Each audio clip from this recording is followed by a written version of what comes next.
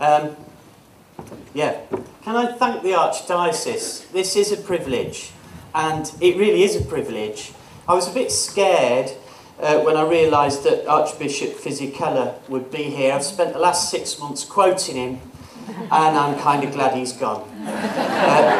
So this is a little bit of, I've been asked to just kind of, for those of you who know me, you will know this. I'm not about to explain to you anything that you don't know already. In fact, I've spent my life working with Catholic communities, and what I realise is if there is any truth here, it's because you already have it. The problem for us as Catholic leaders and educators of faith is that you don't learn the lesson once. Now, you know that. We're not about the business of riding a bike. The reality is we forget the most important things.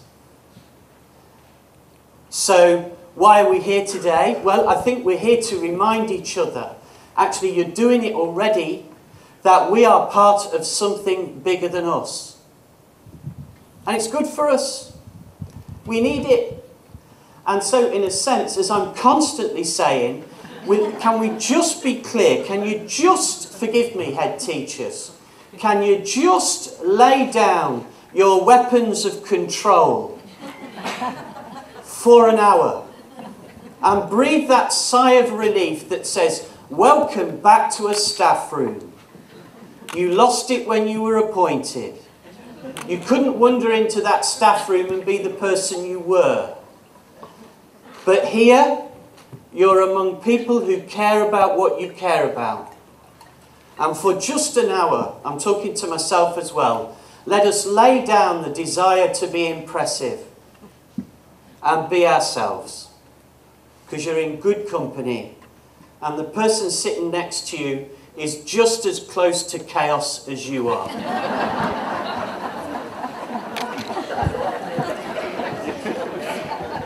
You do know that, don't you? You, ladies and gentlemen, are the success stories. Stop proving yourself. It's exhausting. And actually, as your families will tell you, it's a bit boring. So relax, please. There are no performance indicators this morning. There are us and the Lord. And when the Lord holds a mirror up to me, it's a bit embarrassing at first. Because I forget the truth. I lose sight of it. I forget the honeymoon. I forget why I came into this job in the first place and why at the very heart of me is a teacher.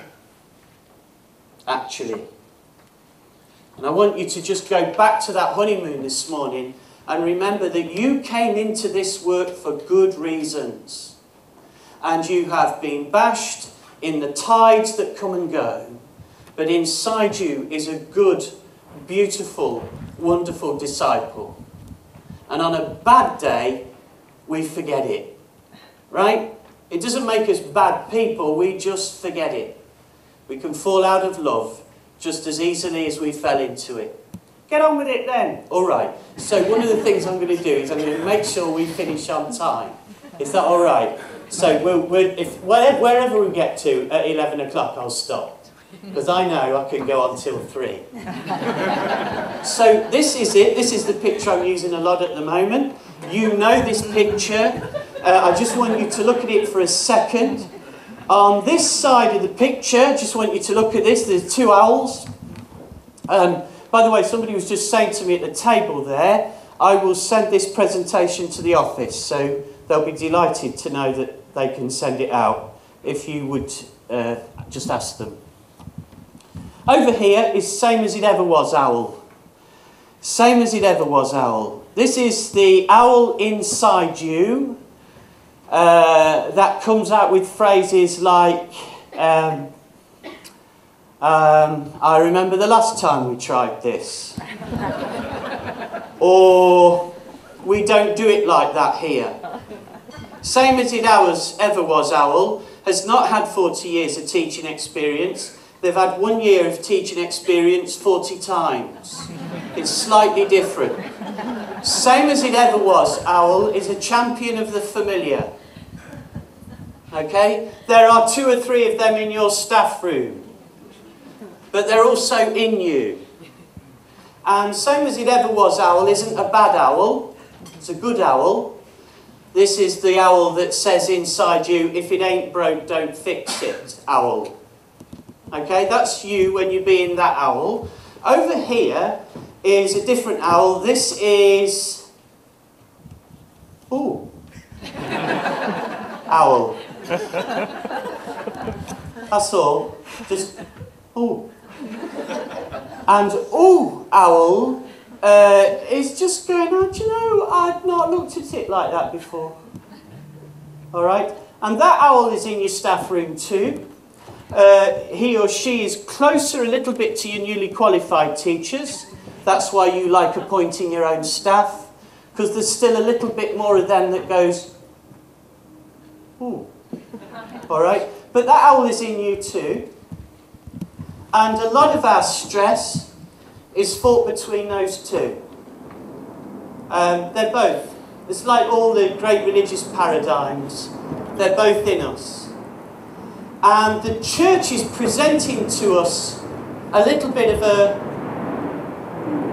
moment, and we're caught up in that. So what I wanted to do is to say to you, the purpose of the next 55 minutes is just a little bit to shake ourselves, a little bit of the dust, and come over here a bit. All right? But it's not frightening. 10 giveaways that you went to a Catholic school. All right, come on. You can. In fact, if you've got any others, help me. You genuflect in lecture theatres and anywhere where seats are aligned. This is the story I'm most famous for, I have to say. I was about 21 and I genuflected in a cinema. And the 3 people who laughed in the room were Catholics. And then I went all the way to the exit like this. And, okay, no matter what the meeting is, you still expect to begin it with the sign of the cross. Do you know, irony of ironies, I go all over the world telling people how good you are.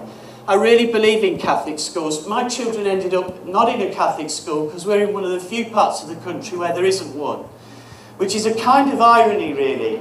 But I cannot go into that school, and the minute the head teacher stands up at anything, I find myself going...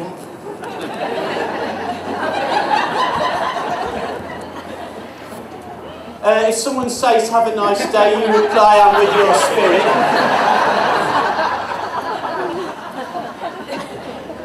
And if you're a leader now, you have to smirk at anybody who does the old one.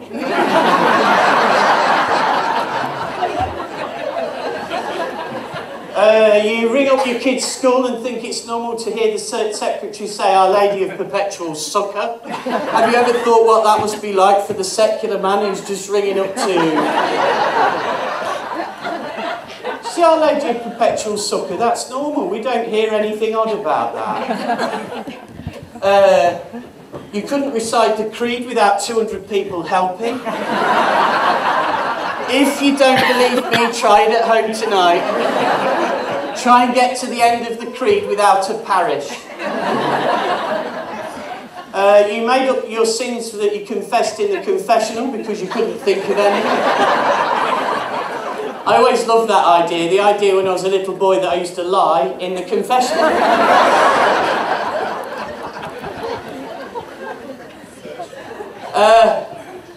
Where are we going? It seems normal that somebody might put ash on your face and you secretly compare the size of your mark. This one I love. You still have resentment for the people who got to play Mary or Joseph. Has any of you got over that yet?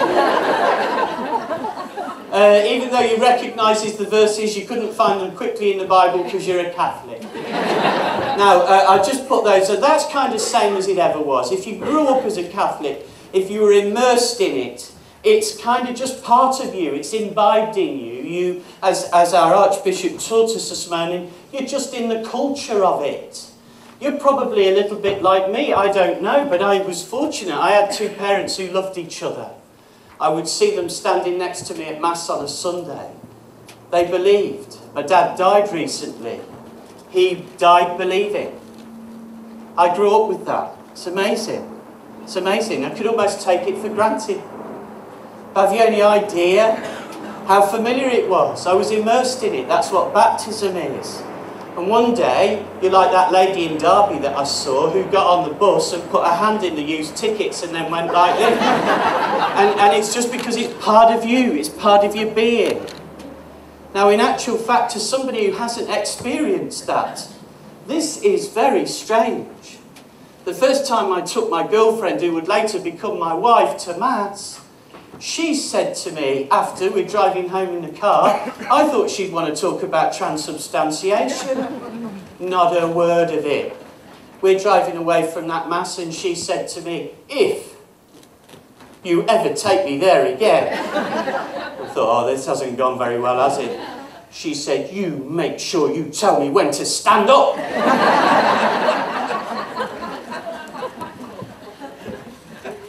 Now, our new Pope, Pope Francis, is going to talk about this in a minute. What happens when our faith becomes habitualised? Doesn't make us bad people, but what happens when your religion is on autopilot? Okay, it's getting you through life. God's going to give us glory because God is good. And we're fortunate to have a loving, benevolent God. But what happens to us if our conscious discipleship falls asleep and we think it's all about Ofsted? We're the ones who suffer, and the people we lead, because we fall for it. We fall for the insatiable desire to keep improving. And it's not a gospel value.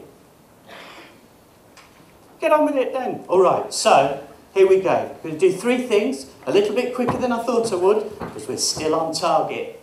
So, a quick look at naming the dark, a quick look at naming the light, and a quick look at becoming the light. 3 sections of the rest of this talk. They're all just slightly less than a quarter of an hour each. So I want to start with this theme of enlightenment, Catholic enlightenment. Let's have a quick look at the opposite, naming the dark. What is darkness to us? Well, every generation has to consider this. We have the metaphor of sin, of being lost. So let's take a look at a contemporary sense of darkness. Very quickly, James Hanvey, you were all looking at this 10 years ago, can you believe it? But on the way to life, James Hanvey's remarkable document that asked us to take a quick look at the culture in which we're living. And really, if I'm honest, if I tried to sum it up now without giving a talk on it, I'd say that at the heart of this document is a comment on postmodernism. And basically, if you broke it down, it would be something like this. The children in the schools that you work in, but more importantly, the teachers who work for you, have grown up in a culture in which there is no meta-narrative. Nothing links everything. There is nothing, there's no thread that runs through it. I consider you to be pearls, but the meta-narrative is the string that holds them together, that turns them into a necklace. Our children have grown up in a world where they've been told that they are the centre. We live in an iPad culture, an iPhone culture. We live in an I culture. And what do? You put I in the middle. It's about me and what I want. And so the purpose of life becomes, what do I want? What do you want? That becomes your purpose. Now what Hanvey did in his document is he said, that's a lonely place to live. It's going to hurt you when you suffer. What do you do with your suffering if your only purpose in life is what you want? And you'll meet people who are falling for it all the time. People who think that, you know, life is about terms and conditions. Postmodernism is the loss of an objective truth that everybody's opinion is equal and matters equally. And if you fall for it, there is no truth, there is no substance, there's nothing that holds us together. There's nothing in the we that's brought you around this table. It'll all be about your school, and it'll all be about your career, and it'll all be about my performance, and it'll be about their results, but there'll be nothing that holds it all together. And here's the scary thing about this. In an I culture, conviction is seen as indoctrination. So while the Archbishop is calling upon us to be witnesses, your teachers are scared of being witnesses because they're trying to separate their careers from their personal faith. Doesn't make them bad people. But you know, they're all right teaching, just don't ask me to start talking about myself. So you know the story, some of you know it well. That boy who one day in the middle of my RE lesson said, "Sir, I can write what the church teaches about fidelity and pass my exam, but do you believe this stuff?" He didn't want a teacher at that point, he wanted a witness. A lot of our teachers have no idea at that moment what to do. They're scared. It was the same when Emily was lying in her bed. I was sitting, she's 15. I was sitting at the bottom of her bed, and she said, "Dad, you know when you met Mum?" Now I knew what was coming next. She's fallen in love. She doesn't want a teacher. She wants a witness. Tell me what love's like. Not out of book, to you. What's love like, Dad? When you met Mum, did you know you were in love? What did it feel like? She wanted a witness. She didn't want a textbook.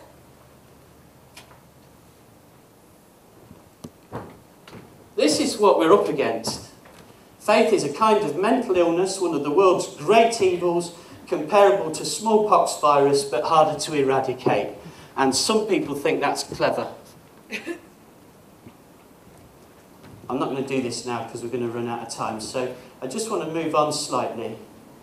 Postmodernism, I think, has given birth to 3 children. See if you recognise these children in your school. Just see if you've seen any of them. The first I'm going to suggest is insecurity. If there is no truth, what do you put your faith in? What do you depend on when stuff goes wrong? So we've learnt over the last 20 years that a lot of the things we put our faith in are corruptible. Have you noticed this with the kids you teach? My children say to me, "Dad, why do politicians only apologise when they get caught?" That question wasn't in their grandparents. But this is the best one. Did this ever happen to you? I hope it did. I got home 1978. I get home, I walk into the kitchen. There's my mum and dad sitting at the kitchen table. They were never home before I was. And my dad, who is a man of few words, put his finger on the letter that was opened and pushed it across the table. Just pushed it with his finger. It was very powerful. I didn't need to read the letter. I knew what was in it. I was 17 years old. I'll tell you what the last sentence read. David appears to have 2 lives, a social life and a school life, and he needs to decide which comes first. Did you get that letter? Here's the thing. It would never have occurred to my mum and dad that the writer of the letter was wrong.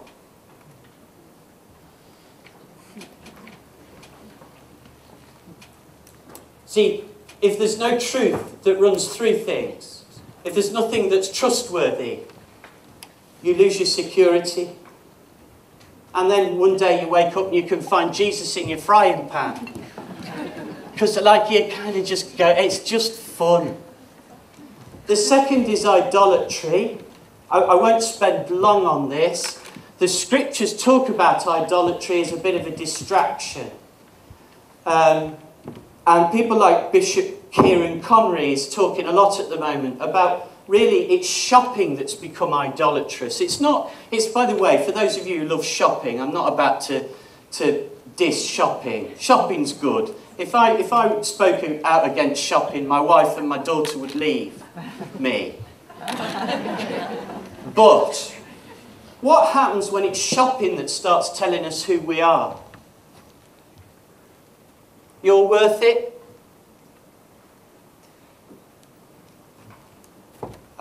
what it does is it muddles our heads.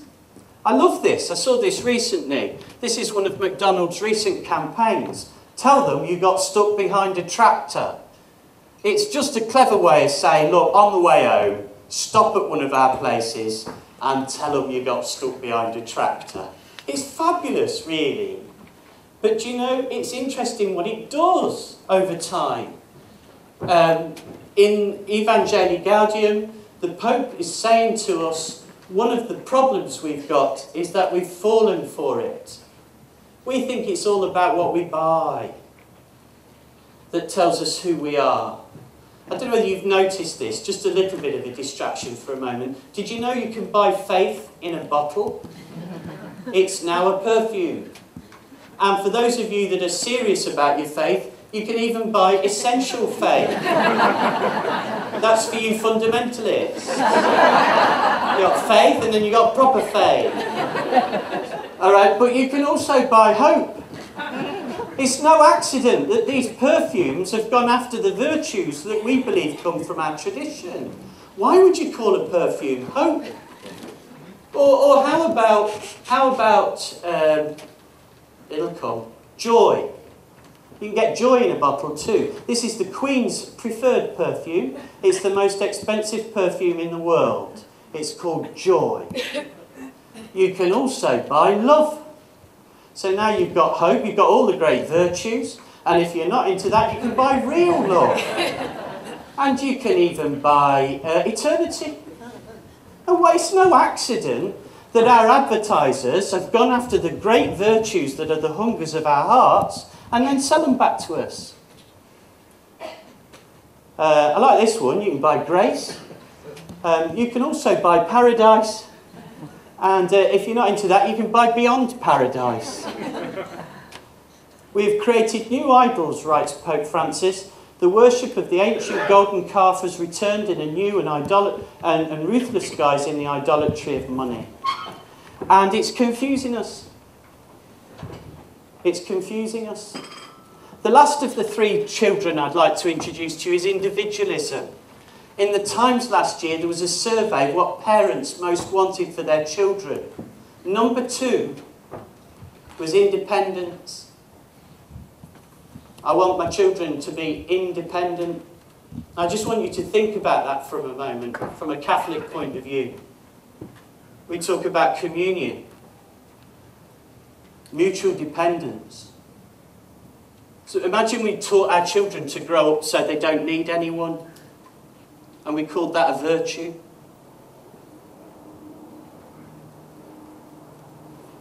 So now you'll meet people who think that the point of what they need to do before they die is to write a bucket list.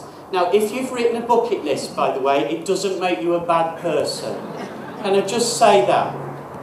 But what is it about us that has number 1 on the bucket list for more than anything else is swimming with dolphins? I mean, it'd be lovely to swim with dolphins, but that's the most popular item in this country on bucket lists.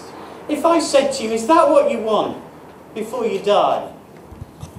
I mean, sorry, look, dolphins are lovely. I love a good dolphin. But like, is that really what we want to do before we die?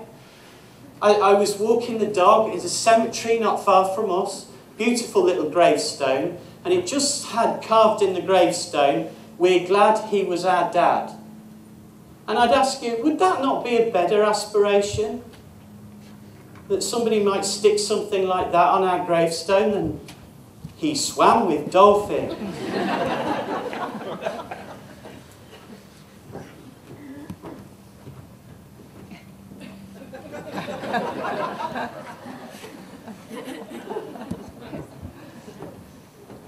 Insecurity, idolatry, individualism. I'm suggesting, not depressingly, that these things are subtle and pervasive.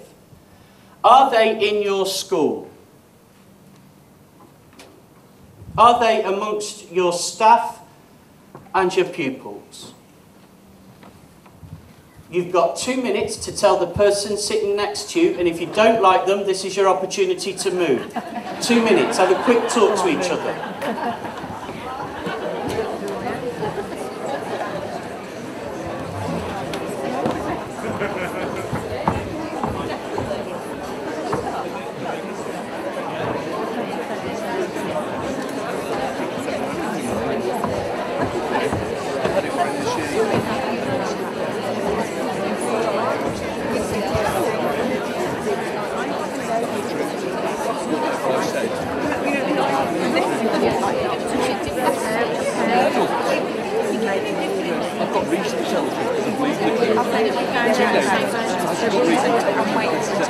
all sorts of things.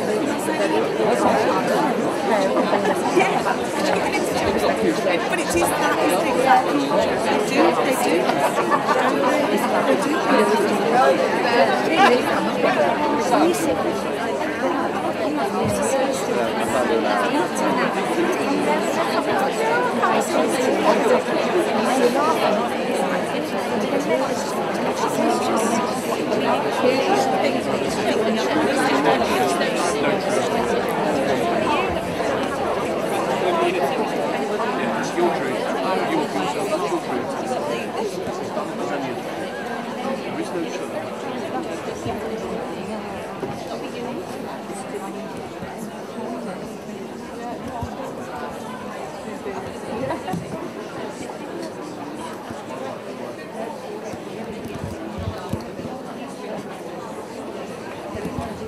Okay.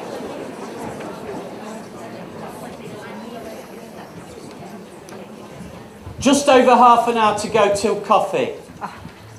Just so you know, I know. This is lovely and warm in here, isn't it?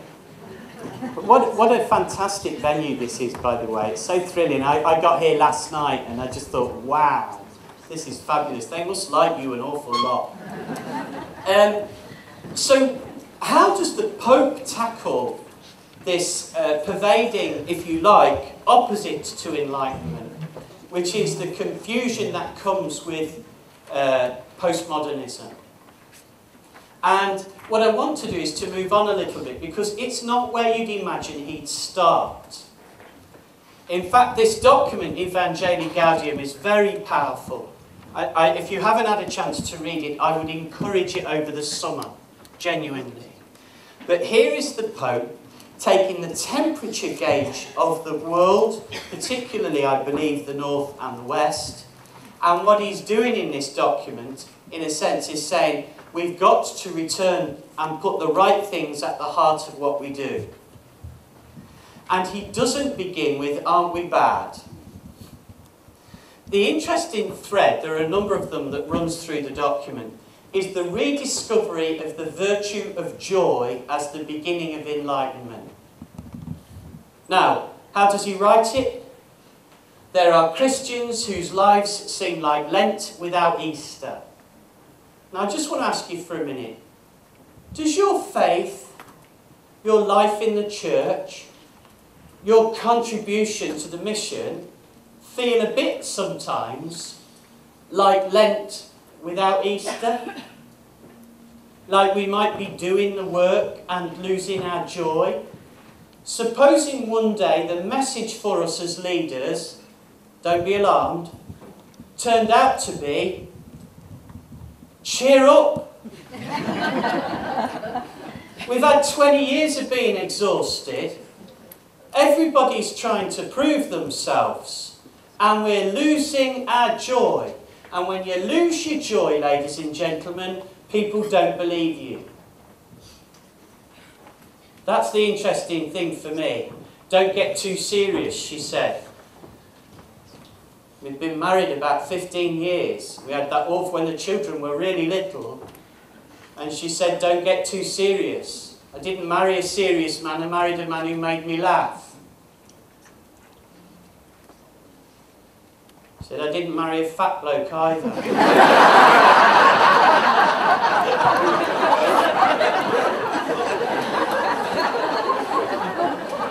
You can see I married the right person, right? But you know, have you ever noticed, this was the thing that really blew me away. Emily was 4 years old. She came up to me, she said, Dad, look, here's a church, here's a steeple, open the door and here are the people. And I went, oh, that's very clever, Emily. I used to do that. She said, I've made my own up. I thought, oh no. It went, here's a church, here's a steeple, open the door and here are the people. And then she went, shh.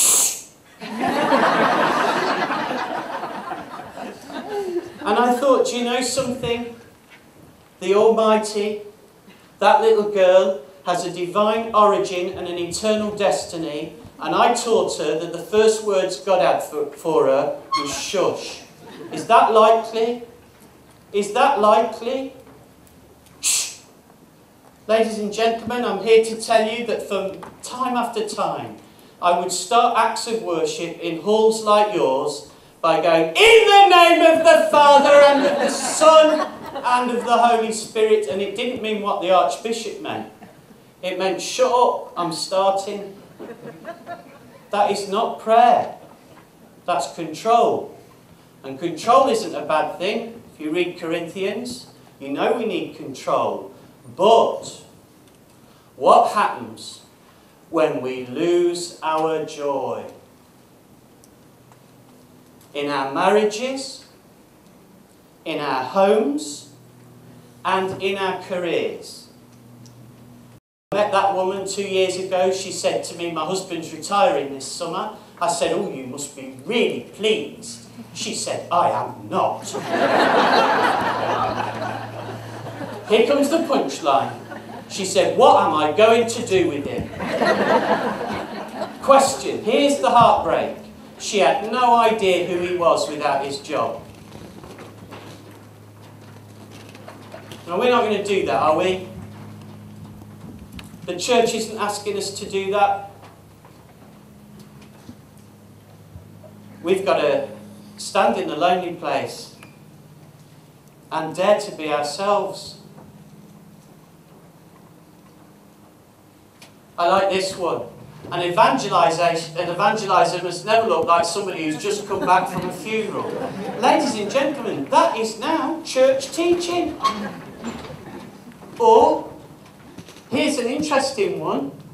The various means of masking reality, angelic forms of purity, dictatorships of relativism, empty rhetoric, objectives more ideal than real, brands of ahistoric fundamentalism, ethical systems bereft of any kindness, intellectual discourse bereft of wisdom. Have you ever been to a meeting where there was no joy? It doesn't work.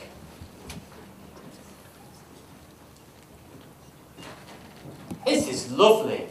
In Evangelii Gaudium 83, one of the more serious temptations which stifles boldness and zeal is a defeatism which turns us into querulous and disillusioned pessimists and sourpusses. Did you know that sourpusses is now Catholic teaching? Are you prone to fall for the sourpuss, where you replace your enthusiasm with cynicism as though cynicism is more intelligent? And then that newly qualified teacher bounds into your staff room and says, I just taught Year 9! I hate Year 9! I hate them! But I tried this thing! And they started to go for it, and one by one they were going, Miss, Miss, Miss. And as I was walking out the classroom, the two boys at the back said, Miss, can we do that again tomorrow? And I want you to feel the reaction of the rest of the staff in the staff room. What? Don't come in here with your enthusiasm. This is the bloody staff room. This is where we're pissed off. The deputy head teacher in the school where I saw that happen, I was a teacher there, jabbed me in the ribs and went, you see her? I was like that once. And even at that age, I was 25. Even at that age, I remember thinking, yeah, and I'd rather she taught my kids than you did. For all her vulnerability and naivety and the capacity to make mistakes, she's still alive. And you're a good man. When did you die? You're not a bad person. When did you start draining all the life out of the staff room as if somehow it's more clever to be cynical? Ugh. It's exhausting. And this document and our Holy Father, this Pope, this moment in the time of the Church is saying to us as a people, cheer up, please. Rediscover the art of trivia. Start every meeting with a prayer and then some nonsense. So the challenge for us this morning becomes, when is it us that drains the life out of the room? sucks all the oxygen out with all our pessimism, when actually we were given young people to look after. And I know it's easy to say it from a platform, and Dave Wells, if you came with me and saw what my life looks like, you might think differently. I know this is a struggle. You know, when I started working for the church, I remember people said to me, "Oh, you're so lucky, you'll only be working with nice people."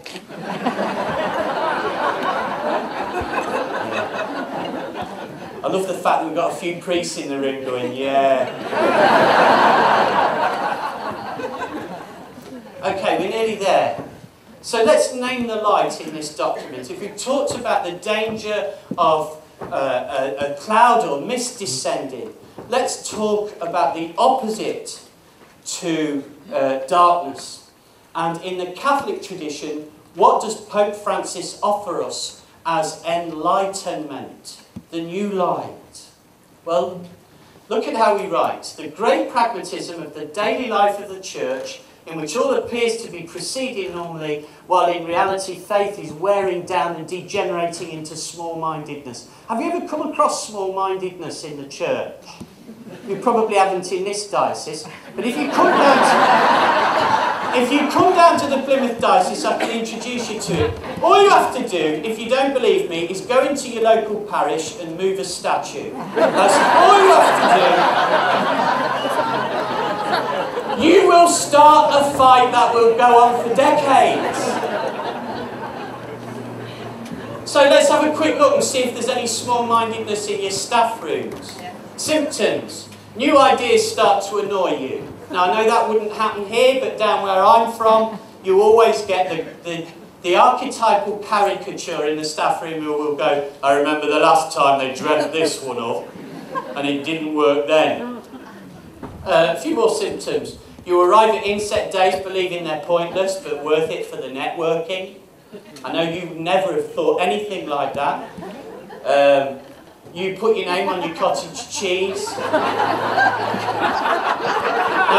I know this wouldn't happen in your school, but I have been to some schools, ladies and gentlemen, where they've got a beautiful mission statement and the entrance all about gospel values, and then everybody brings their milk in their own little separate bottles, because back in 1711 somebody stole my bloody cottage cheese. You become territorial in the staff room, and because you're professional people, you will never be rude, of course. All you would do is go, "Oh, you're sitting there, are you?"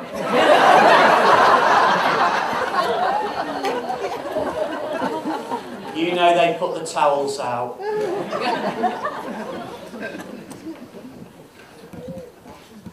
You're irritated by other people's enthusiasm. The last thing you want to do today is to sit next to an outstanding head teacher.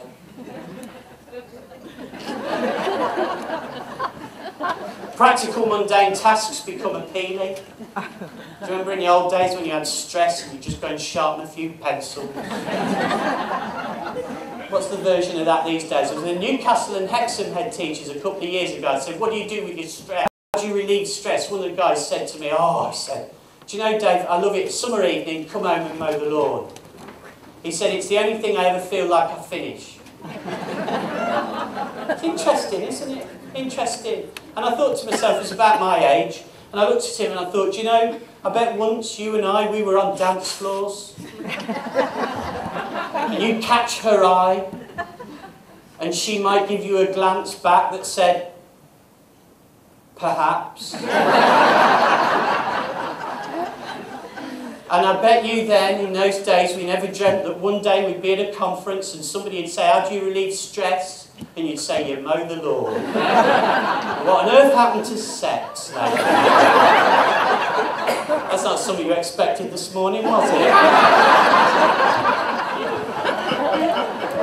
You purchase adhesive numbers to personalise your room.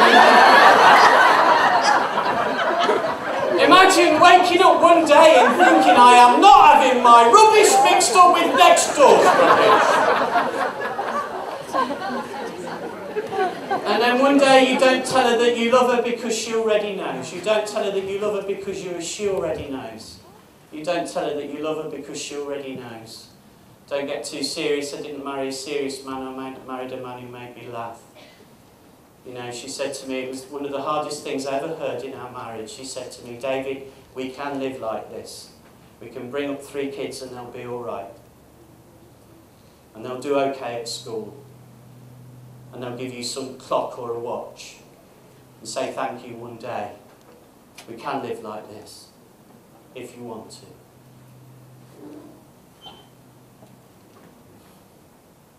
Went through me like a rod of iron. All my wife has to do is to lift up one eyebrow and I'm terrified. The church, writes Pope Francis to Antonio Spadaro in that remarkable interview, he said, the church sometimes has locked itself up in the small things, in small-minded rules. The most important thing, here comes your papal enlightenment. The most important thing is the first proclamation. Jesus Christ has saved us. As stupid as it sounds, and we've heard it all our lives, do you know and do you believe that you're going to be all right?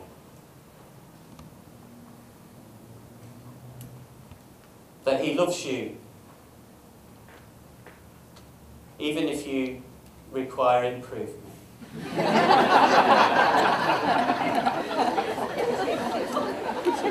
Now, I want to ask you this question because I've been asked to talk about enlightenment.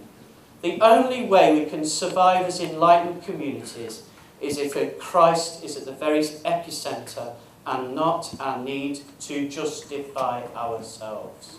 And I am talking to me.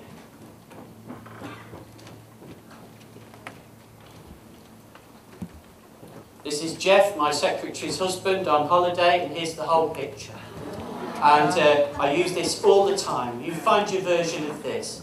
The picture on the far side, that's me on a bad day. On a bad day, ladies and gentlemen, my picture is all about me. I'm at the centre of it. It's about how I'm coming over, how I'm doing, how my performance is seen, what my reputation is like. It's all about my standing. And actually, if I'm honest, it's a fairly lonely picture. On a good day, I'm still precious because I give the picture its scale, but the truth of the matter is, there's room for the world. One of the reasons we've gathered in the same marquee at the same time is because the person sitting next to you, their success, their performance, their future is your concern. And on a bad day, it is all about me. All about me, and it's not very nice. It's one great big opinion wrapped around an ego. So what's the big picture that enlightens the detail for the Catholic tradition? And Archbishop Fisichella said it to us this morning.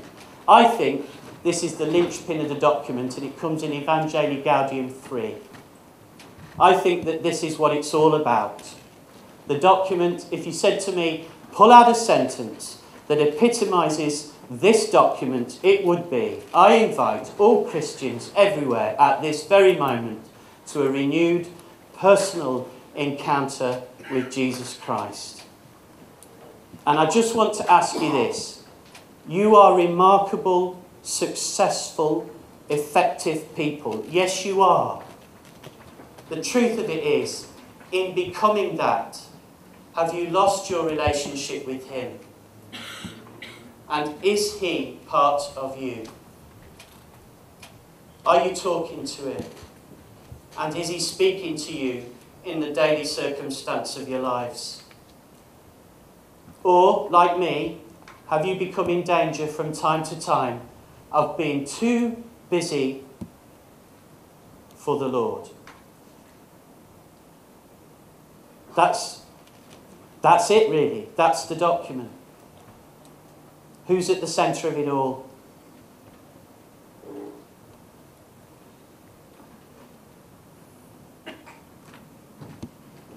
And so you see that when Jesus himself starts to speak about light, it's in the first person. I have come as light into the world so that everyone who believes in me should not remain in the darkness. Look, this is so strange to us, it almost sounds evangelical. We're doing a lot of work on this in our diocese at the moment. We had a gathering of all our priests back in November. And do you know one of the things that came out of the meeting is when we start talking about Jesus, we sound like evangelicals and it's a bit weird. What does that mean? We've got used to talking about the church all the time. The church is important. I need the church. I need you. But the church isn't in the middle. Jesus is. And when we talk like that, we almost think, well, that doesn't sound very Catholic. It's almost as if we're a bit frightened of speaking about him as a personal saviour. As if we gave that away to the evangelicals. Start talking about Jesus. Let's get back to the church. I'm all right with that. It's safer. So we're just coming into land now. 10 minutes till coffee. When our Archbishop spoke to us this morning, he was referring to this. It peaks, you see it in Evangelii Gaudium. It's in another document as well. You also find it in Evangelii Nunciandi, which if you Google it comes up as Nintendo. And it's this interesting statement, isn't it? People prefer to listen to witnesses. They thirst for authenticity and call for evangelizers to speak of a God who they themselves know. That's the difference. If you put Christ at the centre, sorry, I'm talking about it like I do it all the time. I am learning this. I'm no further ahead than any of us. But I know that when he is at the heart of what I'm doing, when it's not about me, it works. I do know that. I can say to you this morning, and we've been working on this, as I say, I can say to you that I do know, if you put all the books down and close them, I do know that he loves me. I have known that love in my life. And I also know that we're called to tell people we know it. I had the most remarkable experience, not in some kind of deep pursuit of religious experience, but I was sitting in a lounge in our house one day. My wife was curled up on the other end of the sofa with a book. My eldest son was on the computer playing some game, and the other two were fighting over the telly control. It was just a Tuesday night in November. I wasn't praying. I got this tremendous sense of joy. I didn't ask for it. I didn't call upon it. But I felt it. For just a few seconds, it sat with me. And it said to me, not in words audible, it said, David, this is as good as your life will get. And if you don't see it now, you're never going to. And then it left me.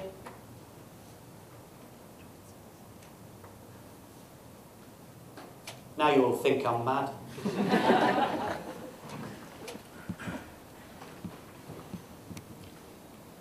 There comes a moment in the life of every pupil who passes through your school that they need to see Christ in you. And you don't need it often, and you don't need to bang on like a drum, and you don't need to force it at people. They may see it on a school trip, they may see it in your laughter, they may certainly see it in the sacrifice of your leadership, but they need to see it. Because that's why we built your school. Not to outperform the school in the next town.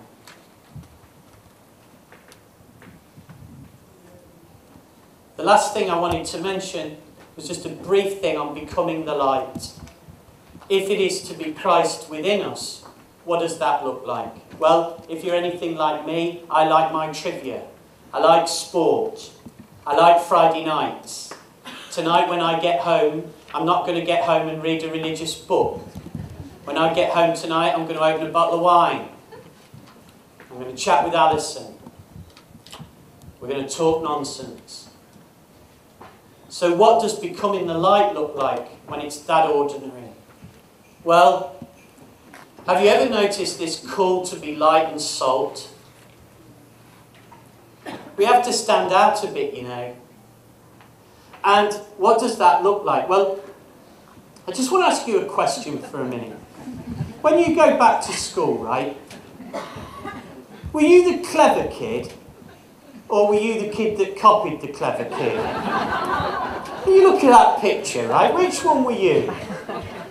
All right, now you're all success stories, but you all got there different ways. You could get there being either one of those, but you did. Now, here's the thing that I find odd about this. What was the one pedagogy that I was taught was wrong? Copying. Copying was deemed in education, when I was a child, to be cheating. Now, that's not the teaching of Christ. All Jesus says is do what I do.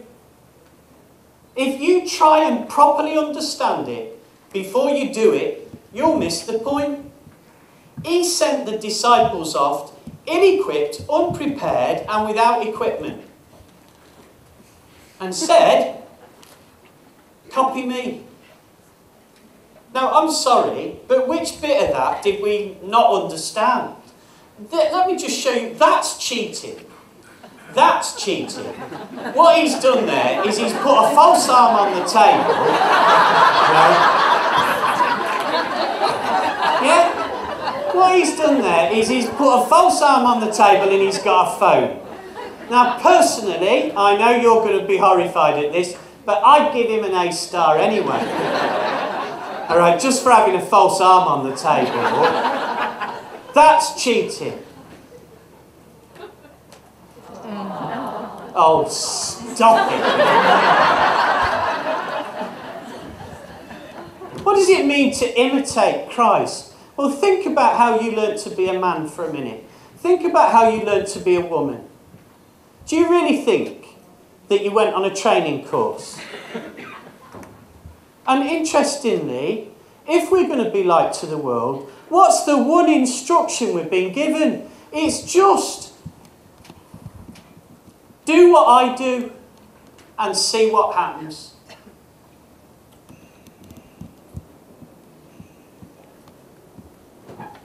The first thing for a disciple is to be with the master. That's what we said. And the second thing is to do what he does.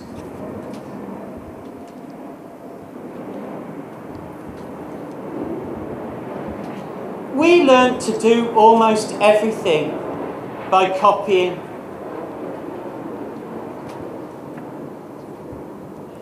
So a Christian leader, as stupid as it sounds, asks herself every day, what would you do, Lord? What would you have me do with this day? Before every difficult meeting, before every confrontation, before every challenge with the culture, if you were here, Lord, Epikaya, what would you do? How complicated is it?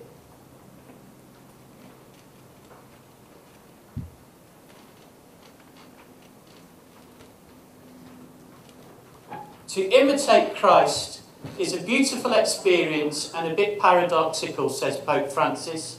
Why? Because the person who puts Christ at the centre of his life is off-centre.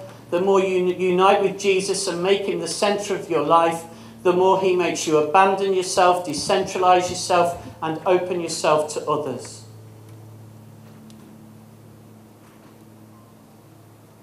If I'm honest, if you start with a personal encounter with the Lord, the rest of Evangelii Gaudium is pretty much, are you ready? I'm sorry to make it sound stupid, but do what he did. And stop wearing it on the inside. Cheer up a bit.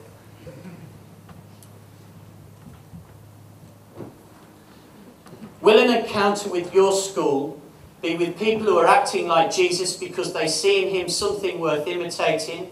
Or will it appear more like a disjointed multitude of doctrines?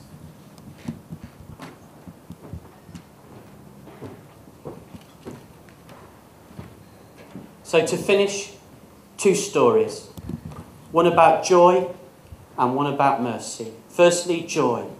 Don't imagine that joy, cheerfulness, hilaritas, one on the outside, don't imagine that this is a decision that you can force. All right, it's a bit like love. You get up and you decide to love. You don't always feel love. You decide joy. You don't always feel joy. My dad is dying. He's got 2 weeks to live. I had the privilege of being with him in those last days. When I was with my mum and dad, my mum was holding his hand. He was in the lounge on a hospital unit bed. And I remember thinking, I have to say, if I'm honest now, I realise I've been grieving for about 2 years before he died. Every car journey I used to think about him dying. And here we were. And I thought, as we got to the last hours, that we would aspire to some deep and meaningful conversation. And there were a few times when, as a family, my dad would utter something and people would go, shush, he's about to speak. My mum said to him, holding his hand, as they were together, she married him when she was 17 years old. Right? They'd been married for 60 years. She's about to lose her soulmate. And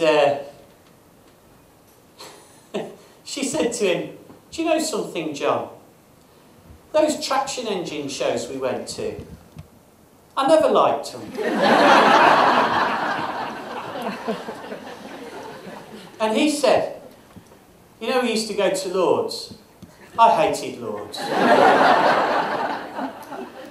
Do you know what I was watching? Two people beautifully in love, no longer trying to change each other. It was the most powerful, stupid, but utterly joyful demonstration of love I've ever seen. She said to him afterwards, you can go now. She even told him when to die. But you know, the reason I tell you that story, and those of you who have grieved will know this, there are moments of joy in the suffering. And there must be moments of joy in our leadership. We have to go after it. Remind ourselves that we are young still. And here's the last story. Last story of the day. I had the privilege a few years ago of being in northern Nigeria, Jos, shortly before the conflict really started, and now it's a tragic place of violence. But when I was there, I was given an opportunity to work with CAFOD. I saw a number of the projects they were doing there, and on one occasion I found myself at lunchtime, having worked all morning in a hospital, being given a baguette, and it was a really, really hot day. And I went outside, and because I'm English and because I love the heat, everybody else is in the cool, but I went and sat in the sunshine, and just, even though it's close to the equator, I wanted to feel the heat on my face for a while. And I'm about to have my baguette, which I've looked forward to all morning. I'm hungry. And I look at my baguette, and then beyond the baguette, I see this boy. And there he is, biggest pair of eyes you've ever seen. He'd be about 10 years old, and he's staring at me. And I know what this means. And I hate it. You know, the poor. There's nothing more annoying, is there, than somebody interrupting your baguette with poverty. And I'm looking at this baguette, and I thought, you know, like we all would do, I guess, I'm thinking, I know. I've got to give it away, I know. So I did what I believe is the right thing to do. I break the baguette in half, and I extend it out to the boy. And it's interesting, because I kind of thought that that would justify a conversation. I wanted him to sit next to me for a few minutes. The children over there were just beautiful, and they were so full of joy, and I thought we might have just a moment of eating our lunch together. He gently took the baguette off me, gently, and then he ran off. He didn't snatch it from me, but he ran away. And part of me was just a bit, you'd have thought he could have said thank you. You know, so I sit there and I start my baguette and I see him. He runs across the road over the wall and into the compound, and then he did this. It was the most fabulous thing.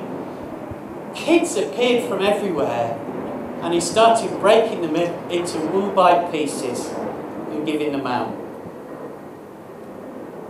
And I remember looking at this scene and looking at my half and thinking, David, if you're going to pursue what it means to know me, the Lord, you're going to know that in the end, it's going to take giving the whole bloody thing away. And I have to say that to you because I believe when you were called to your job, when you were called to your ministry in the church, as leaders, in a Catholic system, you were joyful.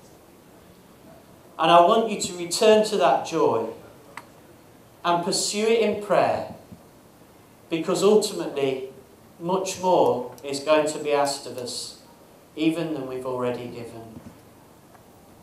But I tell you what, there is no life worth living better than that one. I want to say thank you for listening to me.